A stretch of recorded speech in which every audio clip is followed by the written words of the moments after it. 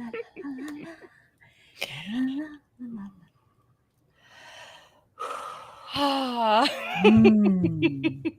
awesome.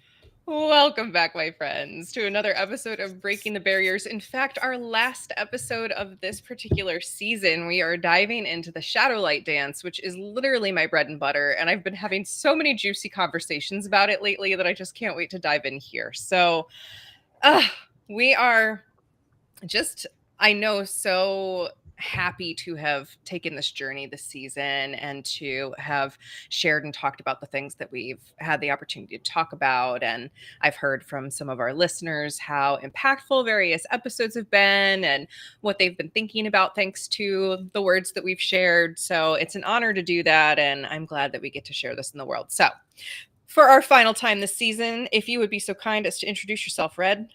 Thank you. My name is Red Moonigle. I'm a psychic catalyst, a teacher, and a healer.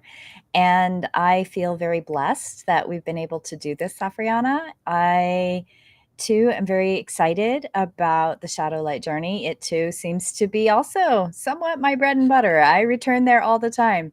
There's a lot of conversations in the last couple of weeks about I embrace it, I run toward it, where some people go, ooh, shadow, let's go this direction. I go, no, let's go right for it. Which is part of why we're doing all of this, right? Breaking down those barriers and seeing what the barrier is and talking about it and exploring it. So thank you very much, audience, everyone listening. And thank you, Safrianna, for this opportunity. So Absolutely.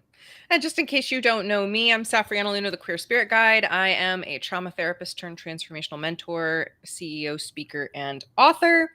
And yeah, as being the trauma therapist, that's obviously where I really dove deep into the shadow side of things after having been a public school teacher, which is very much more in the light of things, I find. So yeah, first I want to just orient to what the shadow light is. And I actually have a great resource here, which is Shadow Alchemy, which is a book that both Red and I were in.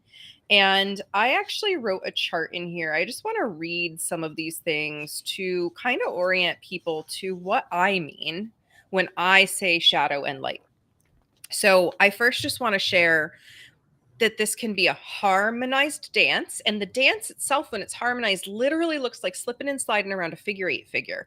And the journey doesn't stop, and you flow and you go with the motions because the shadow light momentum is carrying you, and that's a reality of being a human at this point in time.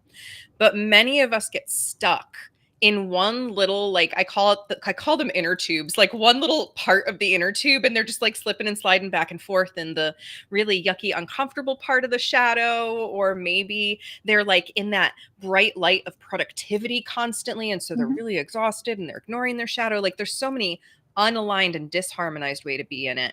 So we're looking for that flowing harmony, and what that looks like when it's in harmony is really balanced, compassionate giving, having empowered aligned actions, mindfulness and presence, embodiment, self-expression, versus the shadow in alignment is going to look like being really boundaried and having grateful receiving, being able to willingly engage with our feelings and have conversations about them and inner experiences, being able to explore our soul level desires. So few realize that in the shadow is our desire, our dreams, all of that beautiful stuff, and then constructive self-reflection versus woundedness. Woundedness can be both in the light and the shadow, and that's not what we're looking for. A viewer just said, once one gets to a point in the healing journey, the shadow works become easier, and it's learned that getting the negative emotions out helps you feel much better. But learning at first is hard. Yes, this is exactly, yesterday I was having a conversation with someone, and they asked me, like, what does it feel like to be in the euphoria of doing shadow work? And I was like, that's a great question. And I said, it's a good question. It feels like you're a hero on a journey that's getting ready to go into the dark cave, but you've got your magical talisman, you've got your magic book, your sword, whatever you have, and you're facing the cave, the dragon, the thing. Knowing, it's a little scary, but also like, we're about to get to the other side of the journey. I know, it's exciting. Oh my gosh, that's so exciting. I get this well up of, oh, this is oh, this is discomfort and I'm comfortable with discomfort and I know I have tools. So it's this, here we go.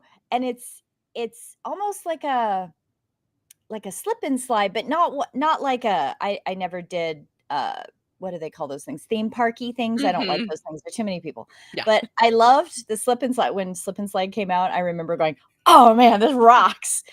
And I was always the one going head first. I want to go head first. I want to go head first into the discomfort, the there's I think some people call it anxiety maybe, but it's not anxiety that there's no fear in that anxiety. There's more of this anticipation Mm. that it's going to be uncomfortable. And what does this discomfort look like? What does it feel like? Now, I will say that when I'm in the middle of it, I probably look like a spinning top that can't settle on anything. I probably look like I'm completely out of control, which I think is part of embracing that shadow journey is you let yourself go through the depth of it. I Yeah. actually had a conversation with somebody yesterday, which I wonder what the universe does when they mirror things for us. I think it's Right. funny. And part of what came through yesterday, which I thought was interesting, because when I said it, I wrote it down because I knew, oh, this is something I actually have to retain. And it was this awareness that that sway of or that place where you're in the most discomfort is important in the journey of the shadow light to feel all the feels, Mhm. to let your body need what it needs to express, to let it out. Because when you don't, you do get stuck in that tube where you're just sliding back and forth. You're It's the trying to, same thing over and over and over and over yeah, and you over just and over and repeat over. it over and over and over and over again. And if you don't let it out, like really let it out. And I say that from a bio number 3, where I watch a lot of threes around me that haven't learned to let that out. Mhm. And I did have to learn to, it's interesting. When I was younger, I didn't. Like when I lived with my great grandma, I didn't have that problem. But when I lived with my parents, I had learned to pull it all in and tighten it up. Mhm. But then I relearned how to let it all back out again. And my life is so much easier with the shadow journey when I let it out, Right. whether that's writing or talking or dancing or being in the garden or however, or sleeping. Oh my goodness. Sometimes it's sleeping, Yeah. There's so many different ways to move with the energy and the emotion, the emotion. and avoiding it and running away is literally the one way not to do it. If you do Correct. that, that is what we're talking about, that you will do it over and over and over Over and again, over and over again. because that is, we've talked about the spiral journey before, Yep. and how I literally have been doing, I just wrapped up my Elements of Success series on stories and the earth element. And I taught the spiral in that, in the healing journey and our trauma north journey, which is that we will hit our triggers over and over and over through life. But ideally, the circle of doing it over and over actually opens into a spiral that opens up and gets bigger over time, so that we're hitting that north, that trauma north point, less frequently and with more empowerment. And Yeah. like once you're there, as our this person said live today, and as we're reflecting, and as I've been having conversations with people, it gets so much less scary when you just do it. Yeah. Because then you see, like, oh, I was really afraid I was going to confront this truly awful thing in here, but it's already there. You've already like looked Yeah. at it before. There's nothing new in there. No. It's just leaning in and Yep. doing something with it. I call it purging, where a bunch of energy comes out from the wounds deep down. I love that. Yeah, Yeah. it Yeah, is. It's like, you purge a little bit every time you touch it, right? Like mhm, you get a little bit more out. And it's this uh I've always thought of it like a pressure valve. And being a catalyst, I feel like pressure valves and I are like in good harmony. We kind of have to be, because there's a felt sense that there's pressure building there. mhm, And as a catalyst, psychic catalyst, I'll feel that there's pressure in someone else in their body, but I don't know what it is. I'm not an empath, so I don't always know like is it emotional? Is it physical? Like, what is it? I rely on their guides to tell me. So I ask questions a lot of times going, what are you feeling? What's happening? What's going on with this? Trying to figure out like where that pressure valve is, because wherever that pressure valve is building, that's where they're in that tube where they need to be able to move through it. And they really are either holding back, or they're avoiding, or walking away, or I'm going to introduce a phrase we've used here before, that toxic positivity. I'm just going to be positive about everything. Spiritual bypassing is not the way to go either. No. It's not. I know. I could sit It's on that bad. topic for a long time. The bypassing that we do, Yep. it's all to avoid discomfort. Mhm. And yet literally discomfort is Yes. part of being in a human reality in a meat suit, because Yep. we bump our bodies into things, or we eat a food that makes our tummy hurt, or we get stressed and our tummy hurts, or our hair falls. Like, we are very delicately balanced creatures. Oh, yeah. And that comes out in the shadow light journey. And the more that we avoid the discomfort and we try to ignore it, the more it builds up Ye inside of us. That pressure valve, you said, it might physically build up inside of us in yes. chronic illness. It might build up mentally to the point where we're depressed and anxious all the time, or Yep. we feel like we have to reject everybody. Mhm. So we have to, I like the pressure valve image. I also used to use like a trap door where there was like Oh, water under the yeah. trap door, and Oh, yeah. that if the water overflows too much, like, it's gonna pop that Yep. door open and come flooding out. So we need to like open it and look in and like make sure the water levels are good every now and then, and actually work with the another metaphor is putting shoe boxes in the basement and just Mm. shoving all of our discomfort in a shoebox in the basement until the door flies open, because we can't possibly put one more thing in there, and suddenly we have a mental breakdown. Like, Yeah. that is the really the ultimate negative end of not doing our shadow light dance, not flowing. Hi, Astra. She's here for the shadow light journey. Pretty Um, much.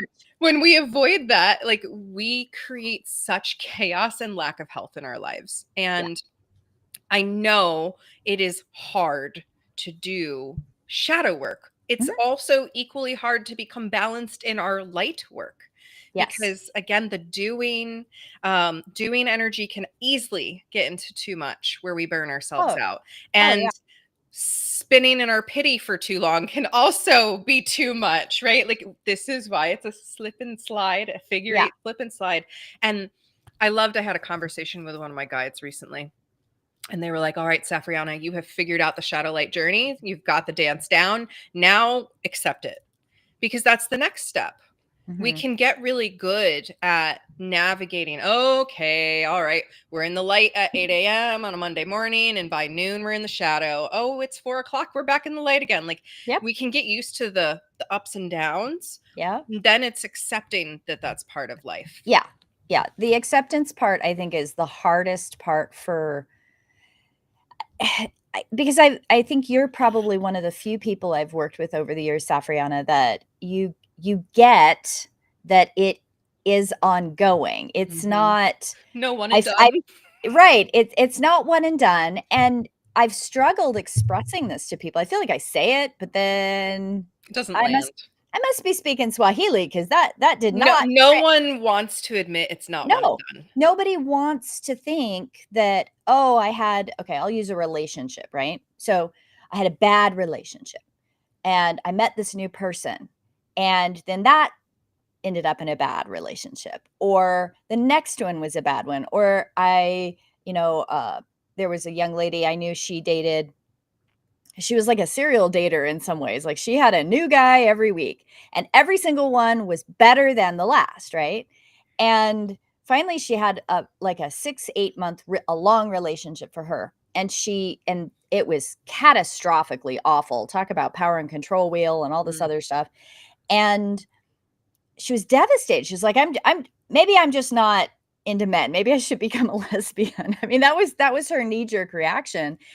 And I had known her not very long, but, uh, I was seeing her as a client. We were doing more energy works type stuff, and one of the thing that kept coming out over and over again is that she kept trying to bypass the difficult parts of getting to know somebody. She was always Mm. disappointed that the people she was involved with were human. Like basically they had faults. They had foibles. They had behaviors that were uncomfortable. One guy chewed too loud. One guy didn't brush his teeth ever after he ate every single time. One guy locked his dog up in the house all day long while he worked. How horrible. What a horrible human. You know, like the judgments and the criticism that she had in her head about herself was what she was putting on other people. Mhm.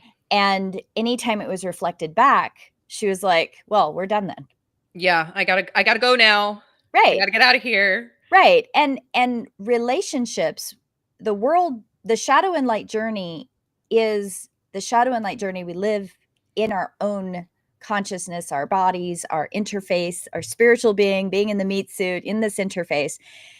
But none of us are truly alone. We live in these communities, depending on how you call your community, what you call it, what your definition of that is, pick a thing. The communities that we're in, we're still trying to figure out what that looks like. We've kind of lost touch with what that looks like. And Yep. there are cultures around the world that have very interesting rules in their communities to navigate this shadow light journey. And if you think about how different rules show up in different societies, they show up from that shadow light journey. We don't like this thing as a community. We don't like this. So we're going to put a lid on that Yep. with no pressure valve.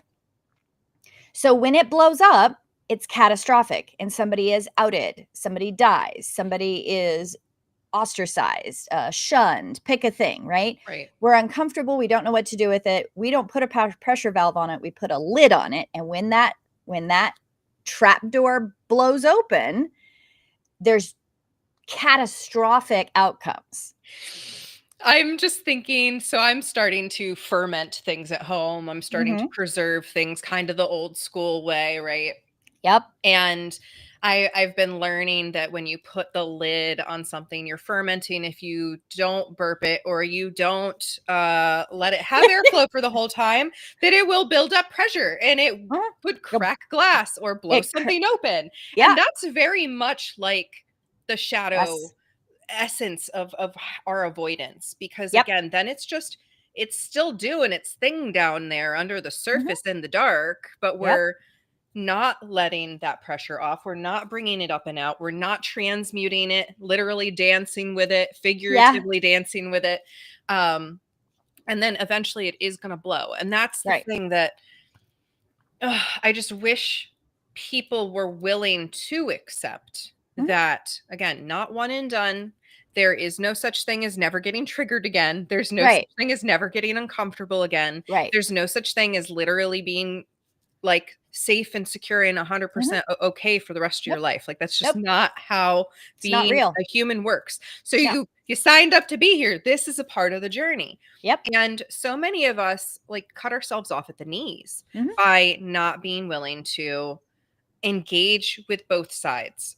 Right. And again, there can be this really negative engagement with the light. So I just want to read this piece. So the unaligned light can actually look like what we think is shadow. Yep. So overdoing, over Yep. functioning, intellectualizing our feelings, Mm-hmm. demanding others be a part of our vision for how to be and do because we need to Right. be right, being Correct. performative, Yep. over identifying with our roles, Right. spiritual bypassing, Yeah. and hero complexes and martyrdom.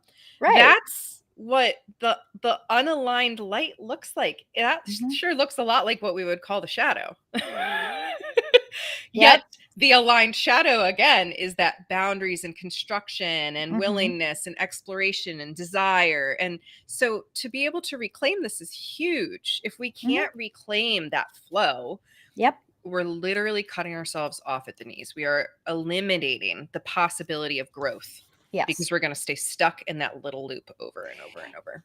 You know, there's a thing that we autistic people do, or we learn to do sometimes, which is we say the thing. We say the thing that we know needs to be said because it just needs to be said. And it Mhm. may be socially inappropriate.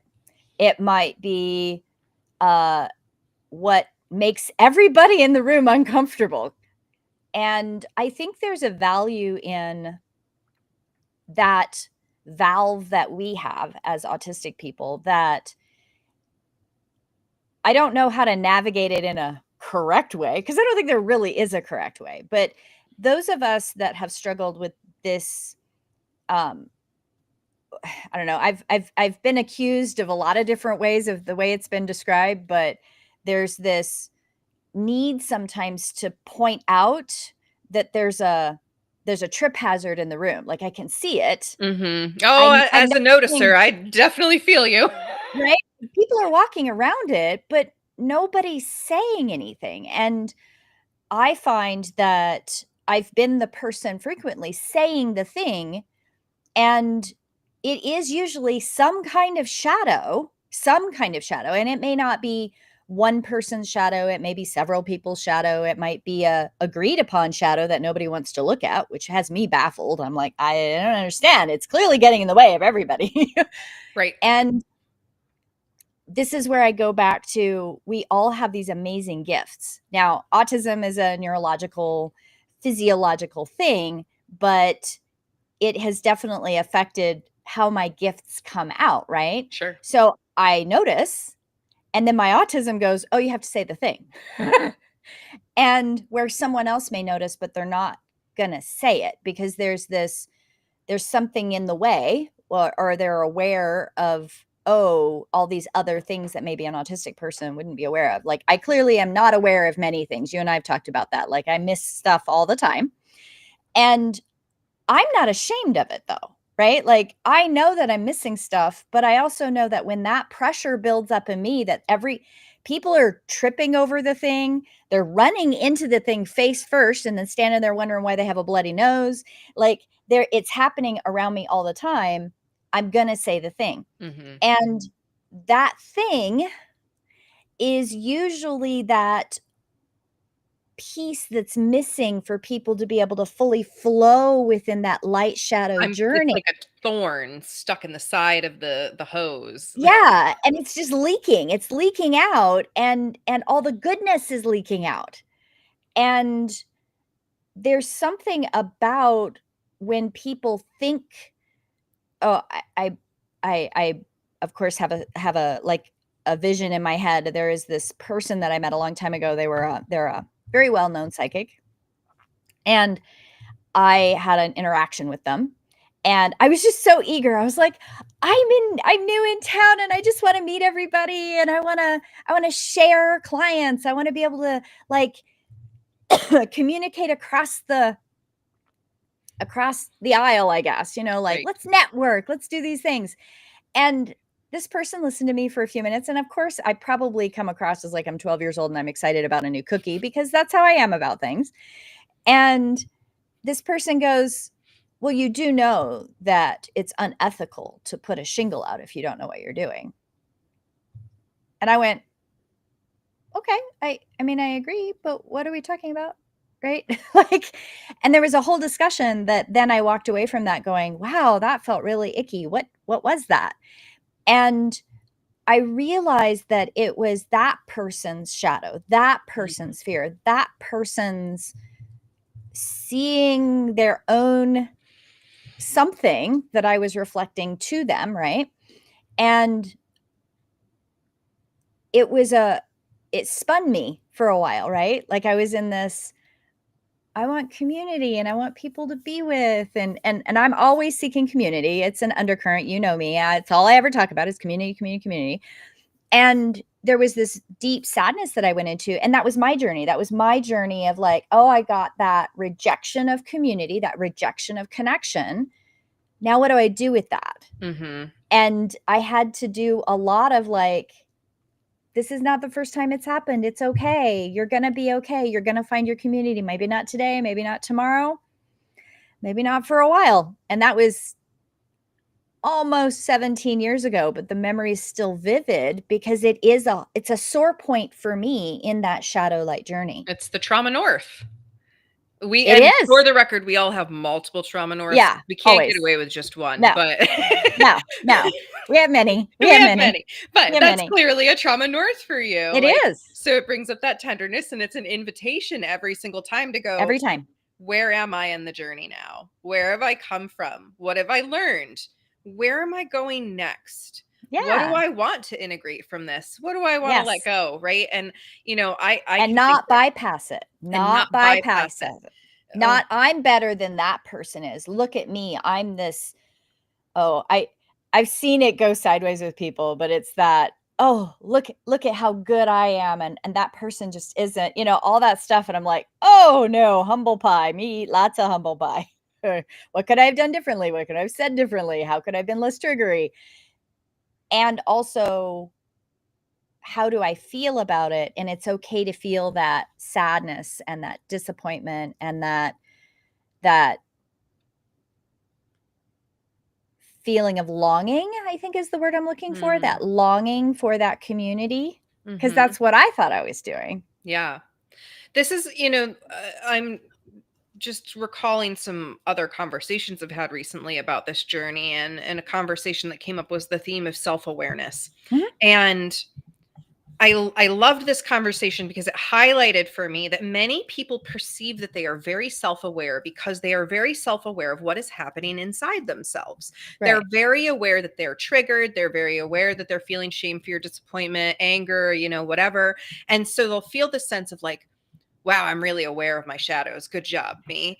But it has to go the next step, Yeah, which is that we have to understand our self awareness as it relates to the to community, others. others Yeah, around us, because being aware of how our shadow is impacting us in here is a great first step. But then right, what's it doing out here? What is right. it doing in our relationship with others? How is it disrupting our shadow light dance with Mhm. others? Because we're constantly doing that too. And it can be a really harmonized dance, or it can be us kicking each other in the feet and tripping over one another. Like, Right, all the time. we have to have that inner self-awareness and this outer self-awareness of the self as it relates to the collective. Yes. And people really, really struggle, I see, in the journey, in the shadow, the piece of ownership and Mhm, responsibility, and taking our impact mhm, and acknowledging that we have an impact on mhm. others around us in this journey.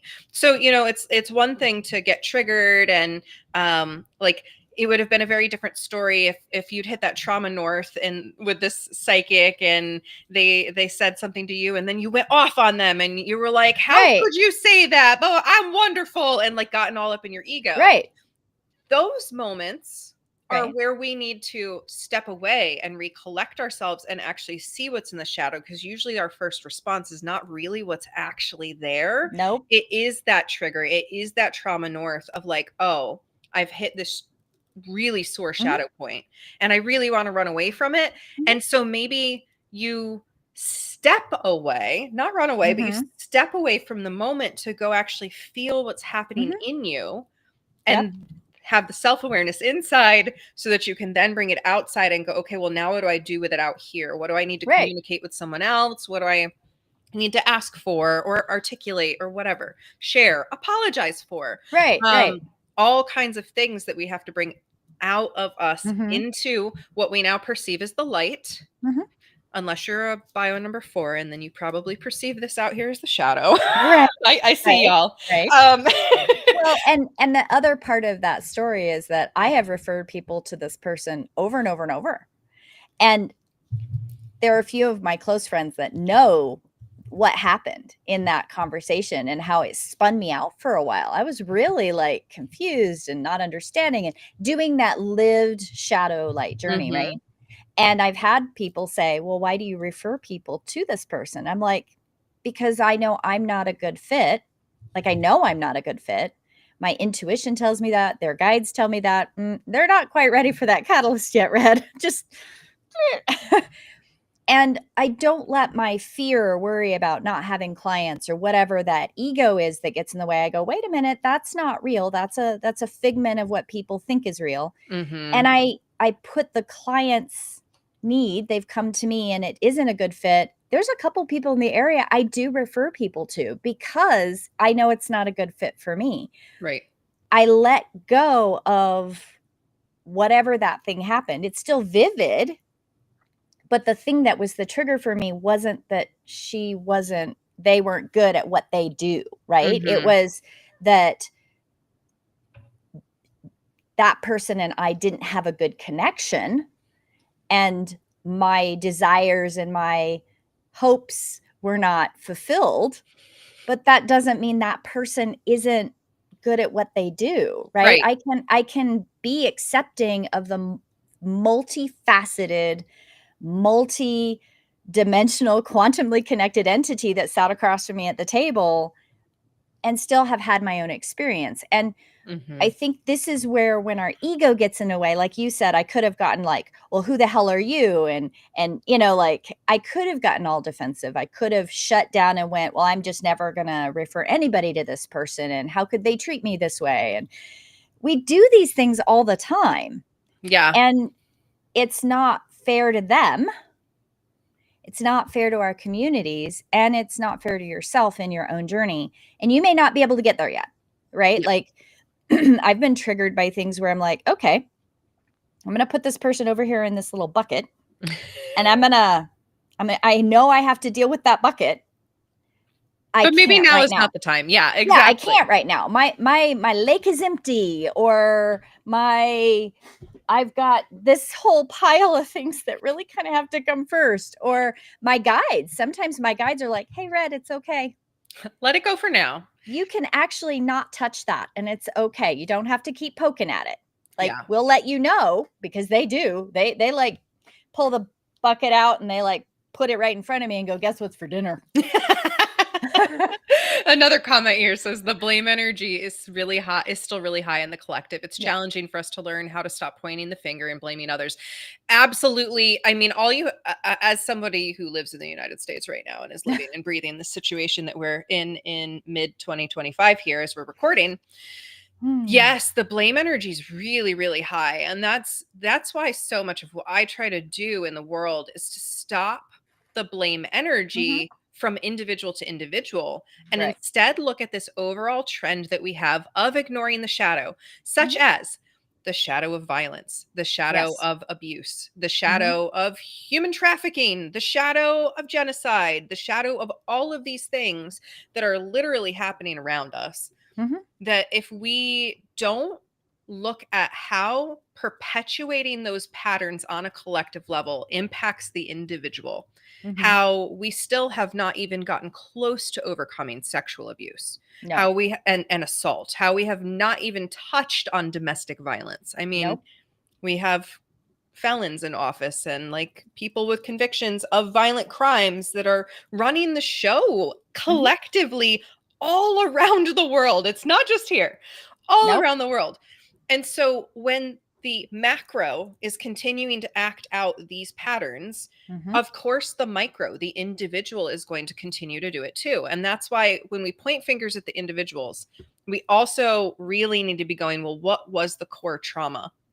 Mhm. And that's what it all goes back to. And for as long as the collective is unwilling, puts these blinders on about these Mhm. collective traumas and these individual family systems traumas, community traumas, societal traumas, we're not going to get anywhere because we're still, I mean, right now in the US, it's like the Democrats and the Republicans are just pointing fingers at each other. And I'm so flippin' sick of it because they use the same argument on both sides practically all the time. And I'm like, Yeah.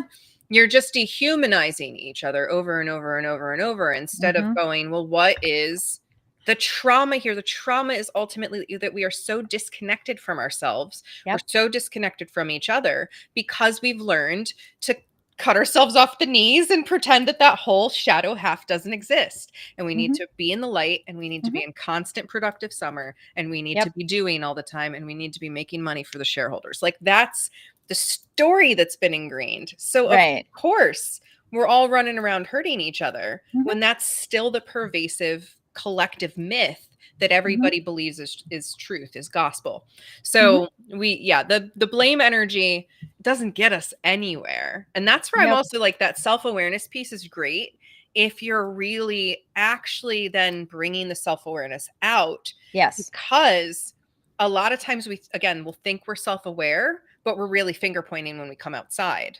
Yes. So it's like, I feel all these bad feelings and I'm so aware of it. And now I'm going to come out here and point a finger at this other person who's making me feel this way. Right. So how do we soften around that and accept that, this is stemming from trauma, but we have to end the trauma. We have to educate about the trauma. We have to talk about the trauma in order to stop perpetuating it. Yes. And there's many years ago, I was learning about World War II in history class in high school. And my dad's a history buff. And I remember coming home making a statement. And he says, that's an interesting statement. Have you thought of? And I use a lot of the techniques my dad taught me, which is when you make a blanket statement or there's these judgmenty things that we all do. We all do them. None of us are exempt from it. He would ask the question, well, have you thought of, or have you considered this? Or that's interesting. Can you tell me more? Or where I'm interested as to what you're feeling and how you got there. And World War II was a very interesting research project for me at the time because I was interested in philosophy at the time. I've read Nietzsche, I've read Kant, I've read Schrodner. I can never say his name right. Go, Gotti. Go. Isn't it like Gerda or something? It's Gerda. like, it's Gerda. something Gerda. There we go. does Right. not look like it's spelled at all. Right. And I had been reading I've read a lot of philosophy and, Plato and all the things. And one of the things that I was fascinated by was the philosophy of what people, I'm going to use the C word, communism, right? Where did the philosophy of communism and socialism come from? And then the outcomes of World War II and where our United States country, where it went to, and where we swung as a society, where we swung from the manifest destiny colonialism philosophy into the post-World War protect us against the communists. We put God in our anthem. We put God on our money. We all of a sudden religiosity is ingrained somewhere in here that it was not. Like for the faults of the people who created our country, and there are many, right? Because we are all human. We all have shadows. We all have behaviors that are good and behaviors that are not so good. And one of those things that I was fascinated by was that our, quote unquote, the people who founded the United States, they deliberately understood how toxic religiosity is in government. And how we got to where we are today from post-World War I and post-World War II. And I've known since I was in high school that trauma had something to do with it. I mean, there were some awful, awful things we did to each other. Human beings have done bad things to each other our entire history. Yeah, pretty much always. Got it. I got that. But the reason we call it World War I and World War II, there is a reason. It is this extremely large, catastrophic atrocities in our manner of how we have hurt each other.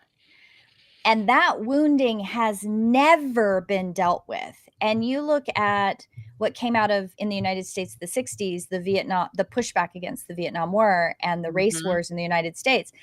Those are those people that recognize that trauma has to be dealt with and the healing has to be done, saying, stop killing each other, stop war, stop this, stop this, stop this.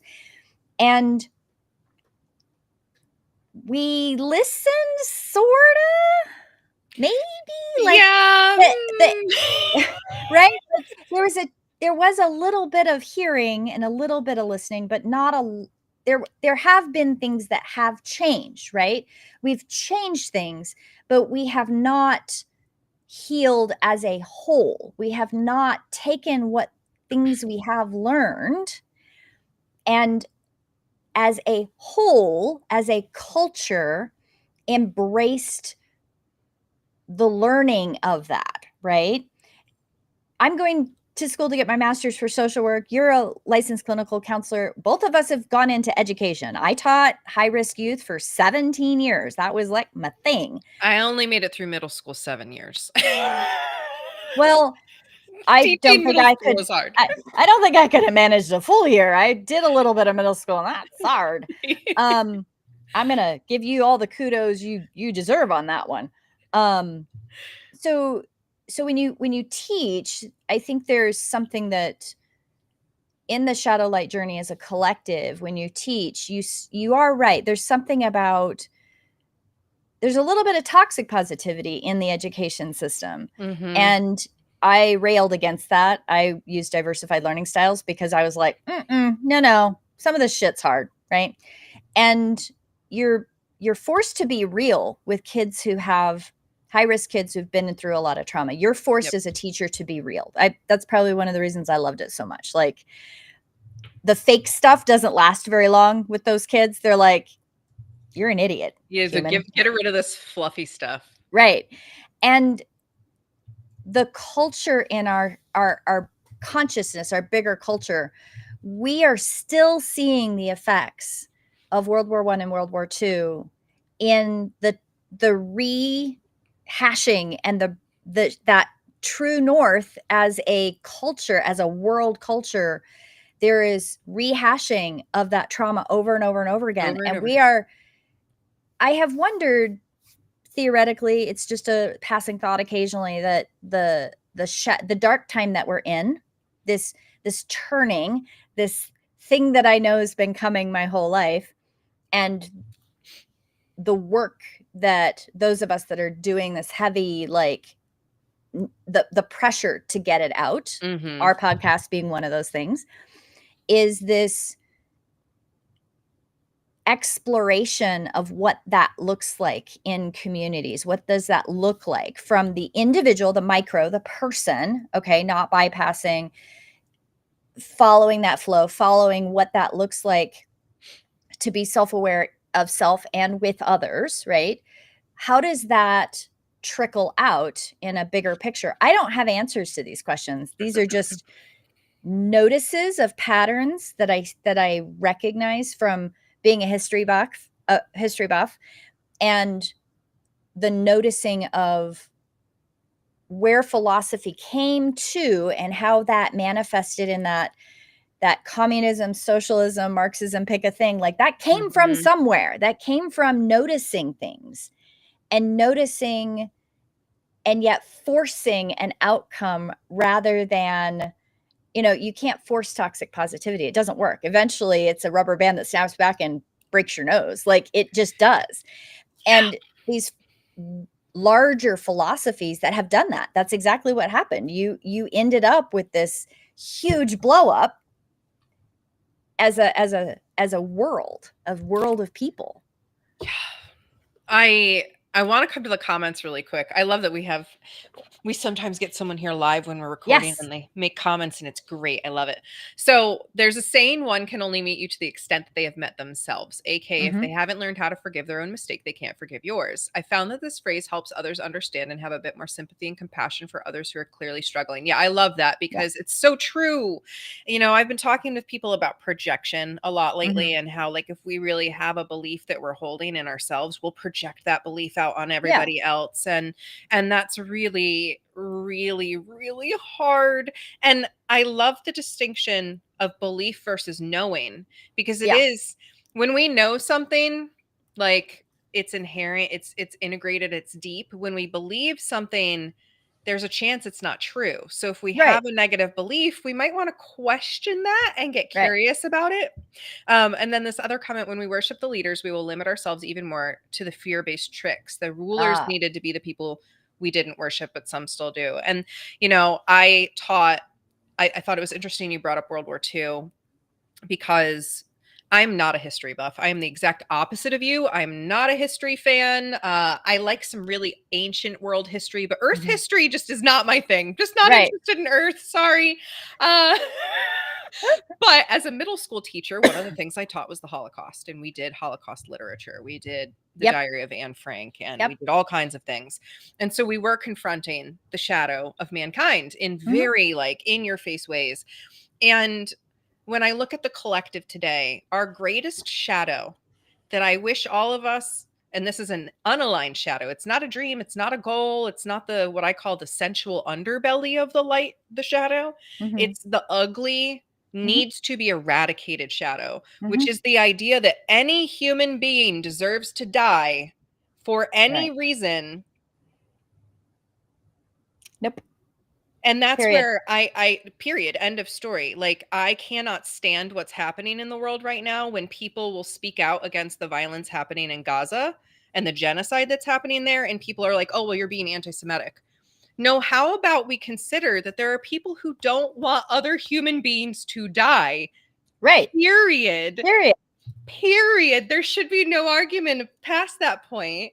No. And I've had people say, "Well, shouldn't how can you be for not killing that group of people when they would kill you because you're queer?" And I'm like, "Well, they're not killing me because I'm queer, and I don't think they deserve to Exactly. die." Period. Like, that is Right. the end of the story. And so this Yes. the ultimate human shadow is the idea that another entity needs to be eradicated for existing, Mhm. and it just drives me crazy.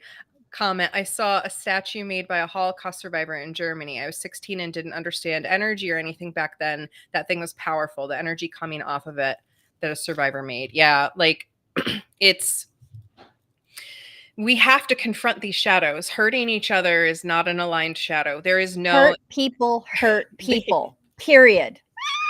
so do And your work, people. do your work, people. And I, as soon as this stuff broke out with Israel and Gaza, my first thought, and it is still as fresh as the first moment I heard it, it is, oh, the grief and sadness of that entire country feeling justified to create a situation where they have hurt for so long and have not dealt with their hurt that they're now hurting an entire other people. Mm-hmm. It is literally the acting out of the bully that was abused at home has Yep. gone to school and picked on their classmate. We are watching it. We are watching it at a macro level. And I'm not anti anyone. Right. I am against people hurting other people and justifying it. Well, I'm hurt, so you need to be hurt. Yes. Yeah.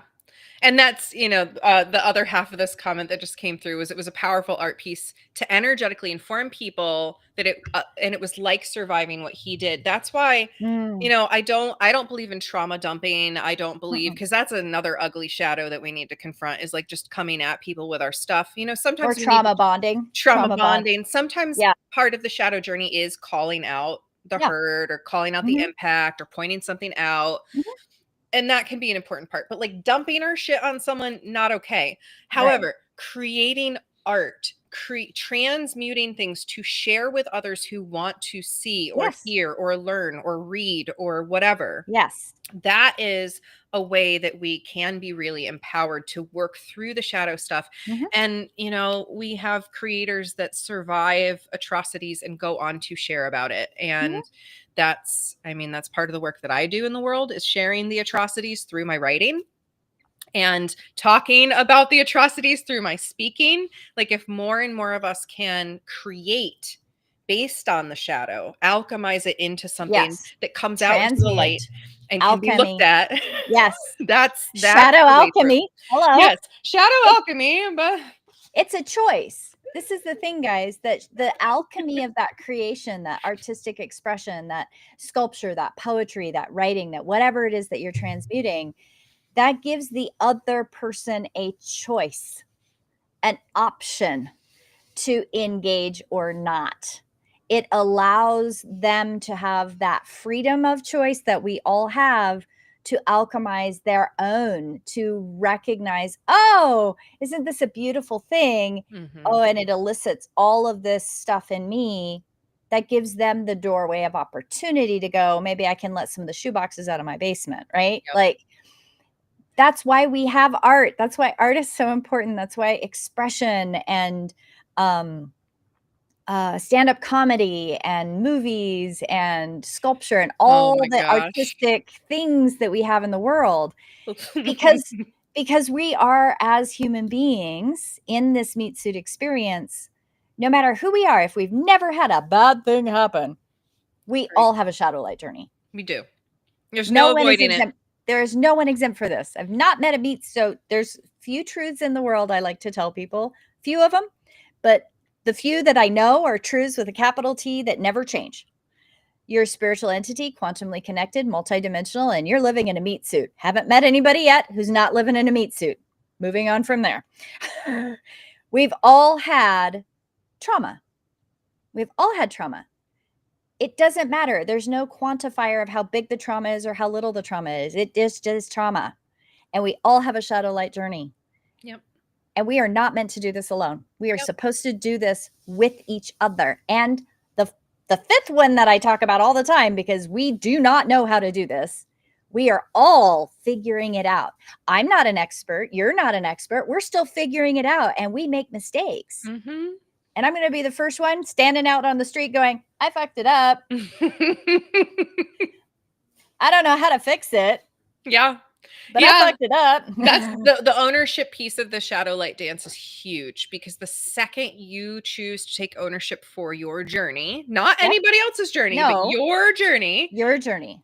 is the moment that you become empowered to Yes. do that slip and slide in the juicy flowing way, not the trapped constipated way. Like that No. sucks. It does suck. And when you're flowing in that, you see the next potentiality, you see the next moment. If you're here and you're saying, it's not me, it's not me, I didn't do anything wrong, I did nothing wrong, I'm not culpable in any of this, you can't see anything but the backside of your hand. Like, you can't see and I'm not a potentiality person. I can't tell you what all those potentialities are. I don't That's me. see them. I just don't. I'm the one standing there going, I fucked up. Somebody show me something, because I don't know what to do, Mm-hmm. because I don't see those potentialities. And what I've learned is that I need all my variety of friends to give me their potential, their perspective, their potentiality, because then it makes me ask those questions I don't know how to ask myself. Mm-hmm. I can ask you questions, but I have no idea how to ask myself the questions. Right. This is a really important piece before we wrap today, because we're coming to the end of our time, that I want to circle back to the bio numbers Yes. very briefly here, because this has been coming through more and more powerfully by the day lately, which is that in the shadow light journey, we need the other 8 numbers that we are Yes. not Yes, we to need them. learn and grow and Yep. experience what they can teach us about our shadow light journey. Yep. Because, for example, bio number 2 is going to teach us about rules of engagement and how to be in relationship with one another. Yep. 4 is going to teach us how to be authentic and not to bypass the bullshit. 9 is Right. going to teach us about the impact that we're having on one another and to be accountable to that. Like, each number is going to have their own little gift that they bring that helps us look at an angle of the shadow light journey in a new way. And that is absolutely essential. And threes ask the hard questions. Right. Yeah. And 7s deliver the hard messages. Like, Yes. every single person has a piece to contribute to the Yes. collective to help us all navigate the shadow and light journey more fluidly, efficiently. The more we collectively get on the same bandwagon, the more we actually can do this like thing that all the woo people are screaming about, which is the ascension and the new earth and all that.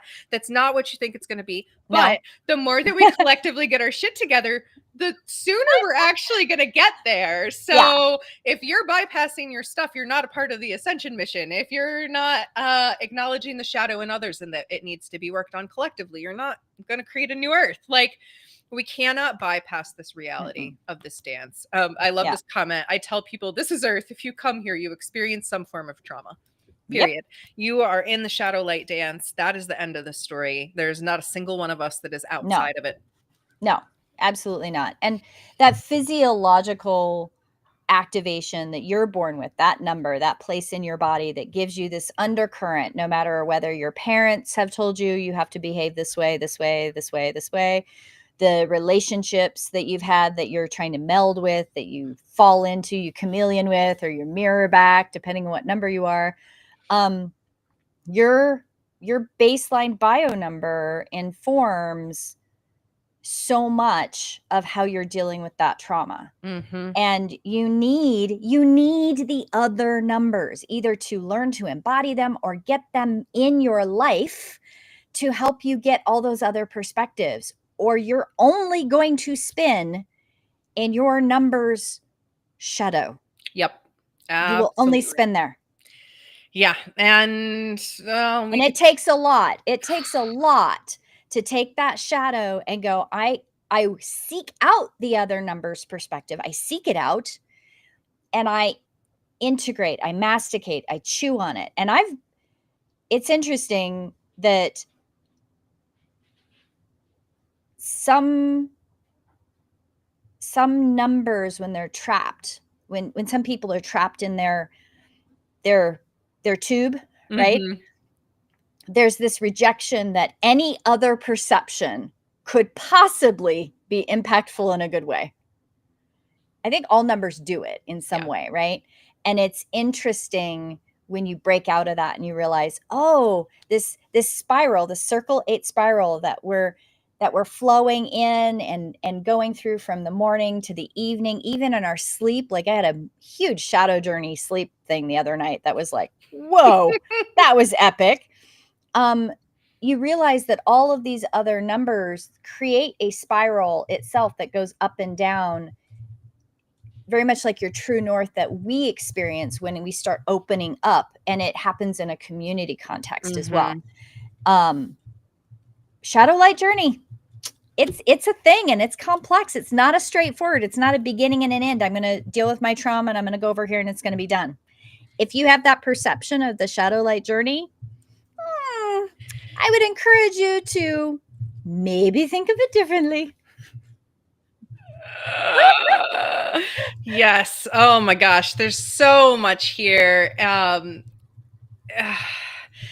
we have a viewer asking what's the bio number stuff. Gosh, we could talk about that for another 3 hours. In a nutshell, it is this reality based on ancient wisdom and literal physiology that there are 9 different distinctly unique types of human bodies Yep. that experience and interface with the world in different ways, using Mm-hmm. their eyes in different ways, using how they perceive other Mm-hmm. people in different ways. And Mm-hmm. it's really wild stuff. I'll drop a link to my page in the chat just in case We you want also to follow that. we did do a podcast on this before. We might have a really old episode on it, and we are planning to do a full series in the future Yes. that breaks down each and every one of Yep. them. So absolutely stay tuned. If anyone wants more information on that, you know where to reach us. Yeah. We're just literally reach out on any of our platforms, and we are happy to get you more information. Oh yeah.